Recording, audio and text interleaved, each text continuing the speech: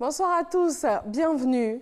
Il est à Paris, en France. Le chef de l'État ivoirien a une rencontre ce vendredi avec son homologue français Emmanuel Macron.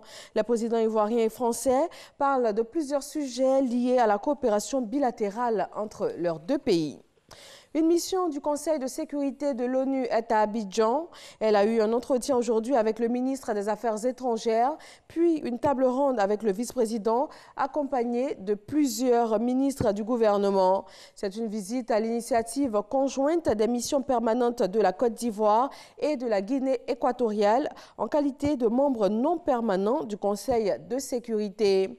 La rencontre du jour a permis de faire l'état des lieux des transitions en cours, du maintien à la consolidation de la paix en Côte d'Ivoire, au Libéria et en Sierra Leone, et aussi de permettre un partage d'expériences et de bonnes pratiques en la matière.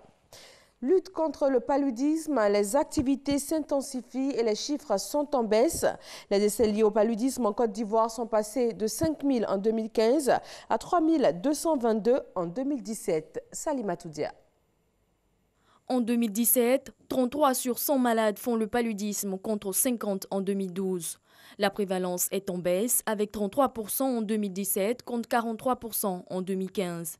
Selon le bilan des activités du Programme national de lutte contre le paludisme, la prise en charge est effective dans les structures sanitaires publiques et privées.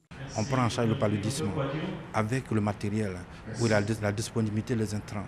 Il y a des appareils pour savoir aussi l'anémie chez les femmes enceintes et les enfants de moins de 5 ans. Et aujourd'hui aussi, nous sommes dans la communauté. On prend en charge les enfants de moins de 5 ans dans les villages qui sont situés à plus de 5 km d'un centre de santé. Nous sommes couverts à 90% pour les activités communautaires. Pour savoir si le traitement marche, c'est le nombre de décès qu'il faut voir. Et en Côte d'Ivoire, aujourd'hui, le nombre de décès baisse. En dépit des activités de prévention, de prise en charge ou encore de sensibilisation réalisées à un taux de 78% par le PNLP, quelques défis restent à relever, notamment l'utilisation effective des moustiquaires imprégnés, dont la couverture universelle a été assurée à 90%. En plus de l'utilisation massive des moustiquaires, nous voulons inviter chaque Ivoirien, où qu'il se trouve, à agir sur son environnement, à faire tout pour que les gîtes larvaires puissent être détruits afin que nous ayons moins de moustiques. Moins de moustiques égale moins de piqûres et moins de cas de paludisme. Nous allons couvrir toute la Côte d'Ivoire. C'est de passer à échelle ces interventions. Ça nous reste une dizaine de districts.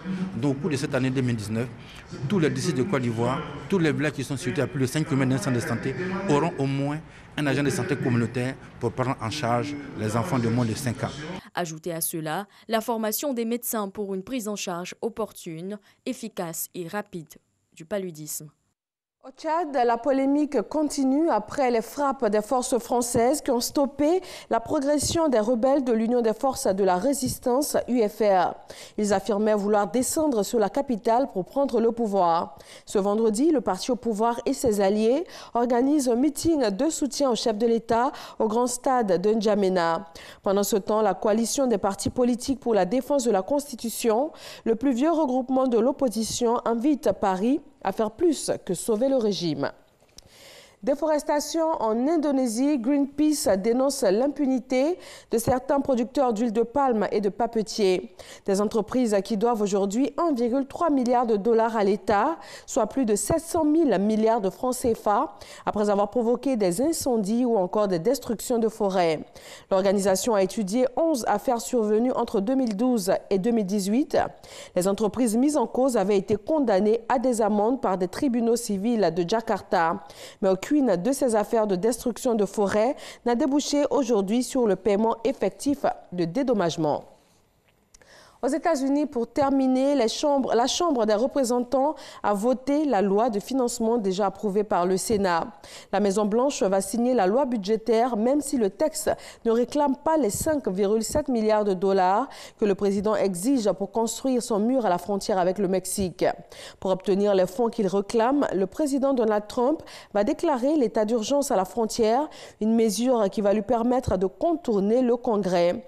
Mais pour la chef de la majorité démocrate à la Chambre, c'est tout simplement un abus de pouvoir car il n'y a pas d'état d'urgence à la frontière. Et c'est tout pour ce 18h. Merci de l'avoir suivi. Rendez-vous pour le journal de 20h sur RTI 1.